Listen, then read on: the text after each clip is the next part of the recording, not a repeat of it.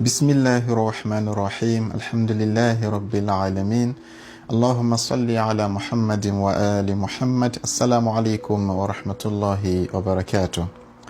Quel est le secret de Sayyidat Zahra alayhi salam pour avoir atteint les plus hauts sommets de la perfection? Quel est le secret de ses amis d'Allah subhanahu wa ta'ala qui leur ont permis d'attirer l'attention d'Allah subhanahu wa ta'ala, si on peut le dire ainsi, qui leur ont permis d'être prophètes, d'être imams, d'être awliya Allah subhanahu wa ta'ala? D'aucuns diront oui, c'est un choix divin, c'est Dieu qui les a choisis, mais Allah dans le Saint-Coran dit Bismillahir Rahmanir Rahim wa an laysa lil insani illa ma sa'a. L'homme n'a que ce pourquoi il a œuvré. Les résultats que tu auras dépendent des actions que tu vas poser. Autrement dit, on ne va récolter que ce qu'on a sémé. Allah dans le Saint-Coran dit Inna ladhina jahadu fina lanahdiyannahum subulana. Ceux qui vont fournir un effort pour venir vers moi Dieu, je lui montrerai mes codes secrets, je lui montrerai les chemins et les couloirs les plus rapides pour venir envers moi subhanahu wa ta'ala. Et donc ici, il y a forcément un pas que ces hommes-là ont fait. Il y a un pas que ces femmes-là ont fait qui leur ont permis de nous dépasser nous autres afin d'être choisis par Allah subhanahu wa ta'ala. Dans le cas précis de Sayyidat Zahra alayhi salam, Allah l'a nommée comme étant Sayyidatu Nisa'i Ahlil Jannah. Elle est la reine des femmes du paradis. C'est-à-dire qu'il n'y a personne qui est au-dessus d'elle si ce n'est son papa, le messager d'Allah sallallahu alayhi wa sallam. Quel a été son secret? En réalité, il y a beaucoup de vertus que ces gens-là ont, mais si vous regardez, Allah nous donne des indices dans le Saint-Coran. Regardez dans la sourate Al-Insan, la sourate numéro 76, Allah a descendu cette sourate-là pour remercier Zahra alayhi salam, pour remercier l'imam alayhi salam. Mais pour quelle action? Est-ce parce qu'ils ont prié plus que nous? Non. Est-ce que c'est parce qu'ils ont été des gens qui ont jeûné plus que nous? Non. Mais c'est parce qu'ils ont posé trois actions qu'Allah a agréées. Dans le Saint-Coran, il dit ils donnent la nourriture alors qu'ils l'aiment, pour amour pour Allah subhanahu wa ta'ala. Yatiman wa miskinan wa asira. Ils ont donné à nous à manger à l'orphelin, ils ont donné à manger aux pauvres, ils ont donné à manger aux prisonniers qui étaient libérés. Mais cette action, on dira que tout le monde le fait. Là, pourquoi est-ce que Dieu a aimé cette action? C'est pour deux choses. D'abord, Allah dit ala hubbihi. Ils font tout ce qu'ils font par amour pour Allah subhanahu wa ta'ala. Et la preuve est qu'ils ont dit eux-mêmes dans la sourate Al-Insan la nuridu minkum jaza'an wa la shukura. Nous, on vous a donné cette nourriture, mais on ne veut en contrepartie rien. Ni une rétribution, ni même un petit merci. C'est-à-dire que ce sont des gens qui ont atteint un degré qu'Allah dit qu'ils font tout pour Allah subhanahu wa ta'ala. Ça, c'est le premier secret de tous les amis de Dieu. Tout ce qu'ils font de façon 100% envers Allah subhanahu wa ta'ala. Ils n'attendent rien en contrepartie. Le deuxième secret qu'ils ont, c'est que Allah dit que وَيُؤْثِرُونَ عَلَىٰ أَنفُسِهِمْ excusez-moi وَلَوْ كَانَ بِهِمْ خَصَاصَةٌ. Ils privilégient les autres à eux-mêmes. Et c'est là le plus grand secret. C'est-à-dire que eux, ils ne donnent pas quand ils en ont. Maintenant, quand ils sont rassasiés, même s'ils ont faim, ils privilégient un autre à leur faim. Et c'est ça le secret. Autrement dit, ils ont dépassé la norme. Quand il s'agit de la norme, Allah dit, quand on te demande ce qu'on doit donner comme sacrifice, Allah dit, c'est le supplément qu'il faut donner. Tu as tes dépenses, tu as tes charges, ta location, les frais d'école des enfants, tu enlèves tout. Si maintenant quelque chose d'autre reste, tu donnes ça comme sacrifice ou bien comme aumône aux autres. Mais pour les hommes qui ont atteint le degré de la perfection, Allah leur a dit, eux, ils privilégient les autres sur eux,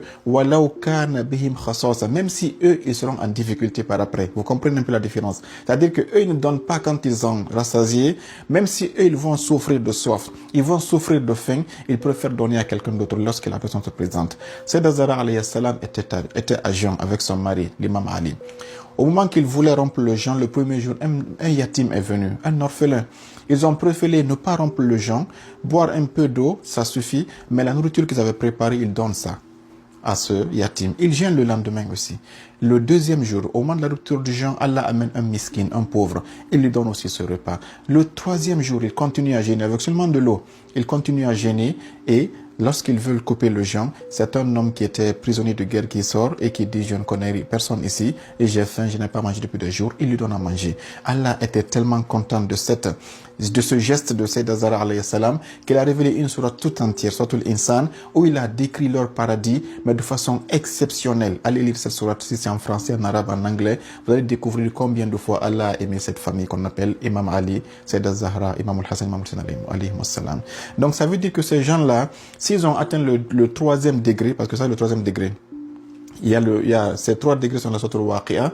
Allah dit, vous serez 3 catégories. Fa ashabul maymanati, il y a ceux qui seront de la droite, sont les gens du paradis.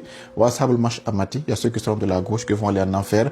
Wa sabiqun as-sabiqun ulaika al-muqarrabun. Dieu dit que, mais en haut de ces 2 groupes-là, il y a un groupe qui est de high level, on les appelle as-sabiqun al-muqarrabun. Ce sont les gens qui se sont rapprochés d'Allah subhanahu wa ta'ala. Ce sont les gens qui ont dépassé le niveau du paradis ordinaire. Et ça, ce sont les imams d'Ahlul Bayt et les Salman al-Farisi, les prophètes et les autres qui sont comme on les appelle awliyaullah. Et s'ils ont atteint ce degré, c'est parce que toi qui es du paradis, c'est quand tu t'es rassasié que tu as donné, tu vas aller au paradis. Mais celui qui a accepté d'avoir faim et de donner quand il a faim, lui, il va aller au degré de ce qu'on appelle le 3e degré qu'on appelle al-muqarraboun. Et ces gens-là, c'est pas seulement quand on appelle ça al-ithar, c'est-à-dire que c'est de privilégier les autres sur soi. Et quand c'est Zahra alayhi salam, quand elle priait la nuit, qu'est-ce que son fils Imam al-Hassan nous a dit alayhi salam?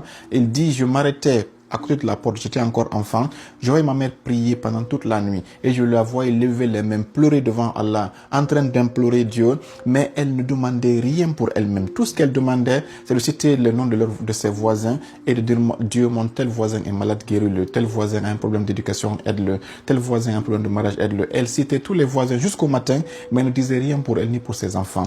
Un jour, l'imam Hassan a laissé, quand elle a fini de prier, il a dit, mais maman, j'entends que tu pries tous les jours, mais tu ne demandes rien pour toi. Elle a donné sa phrase la plus célèbre. Elle a dit, Ya bunayya al-jar qabla ad-dar. Il dit, oh mon bon cher enfant, d'abord les voisins, ensuite la maison. C'est quand les voisins sont rassasiés que je m'inquiète maintenant de ce qui se passe dans ma maison. Autrement dit, je privilégie toujours le bien-être des autres avant le mien, et Dieu a élevé Sayyida Zahra à ce rang parce qu'elle a atteint ce qu'on appelle le fait de fondre dans la volonté d'Allah, le fait de fondre dans tout ce qu'on appelle iradatullah pour que les autres soient satisfaits et que elle vient par après. Et que ça, c'est pas seulement par rapport aux dons, même par rapport à ce qu'on lui fait comme action. Toi, quand on te fait une action, tu peux pardonner. Tu peux aussi rétribuer. Mais chez les imams, chez les personnes du 3e degré, ce n'est pas ça. On te dit, quand quelqu'un te fait du mal, l'imam Ali dit, il tamis l'akhika uzran. Cherche une excuse à tout ce que les gens vont te faire. S'il ne donne pas d'excuse, à toi d'inventer une excuse pour la personne. Quelqu'un t'a fait du mal. Tu sais que il te demande pardon, tu pardonnes, ça c'est normal. Mais si tu ne demandes pas pardon, toi, invente dans ton fort intérieur des prétextes qui lui ont peut-être donné des justificatifs pour te faire ce mal-là, et puis pardonne-lui face à ce qu'il t'a fait. Et au-delà du pardon aussi, quand ils reçoivent une demande de service, l'imam al-Hussein alayhi salam, qui est aussi éduqué par Sayyida Zahra, elle a inculqué à cet imam 2 gestes qui sont très très sublimes. Quand l'imam al-Hussein donnait quelque chose à un pauvre, il attrapait la main du pauvre et puis il l'embrassait. Mais les gens disaient, mais imam, tu embrasses la main d'un vieillard qui est fini, qui est pauvre. Il dit, cette main-là, ce n'est pas la main d'un vieillard, c'est la main de Dieu. Pourquoi? Parce que l'imam Hussein alayhi salam dit que min rahmatillah. Quand les hommes ont un service envers vous, quand Dieu amène quelqu'un pour demander un service, c'est que Dieu t'a amené une porte de sa miséricorde. Ne la ferme pas. Si tu rends service à cet homme, c'est que tu as ouvert la porte là, que la grâce d'Allah va te toucher. Si tu rejettes cet homme là, il va amener cette porte là à quelqu'un d'autre qui va satisfaire ses besoins, et la porte de la grâce d'Allah va se déverser sur lui. Et Allah a dans le Saint-Coran dit, Man dhalladhi yuqridullaha qadan hasanan, qui va donner à Dieu une dette. Donc quand tu donnes à un pauvre, ce n'est pas à ce pauvre-là que tu as donné. Quand tu mets l'argent dans la main du pauvre, Dieu dit dans le Saint-Coran que tu as mis l'argent dans sa propre main. Et il dit qu'il va te doubler ça. Il va donner des récompenses illimitées quand tu vas le rencontrer. Donc ces gens-là, ils n'ont pas... C'est-à-dire qu'ils ont atteint un tel degré c'est quand ils ne reçoivent pas des demandes pour aider les gens, c'est quand ils ne reçoivent pas des épreuves de la part des gens qui s'inquiètent. Ils ont complètement oublient leur corps, leur âme, leurs besoins pour plaire à Allah subhanahu wa ta'ala en rendant grâce et en rendant heureux ceux qui sont leur entourage. Wassalam.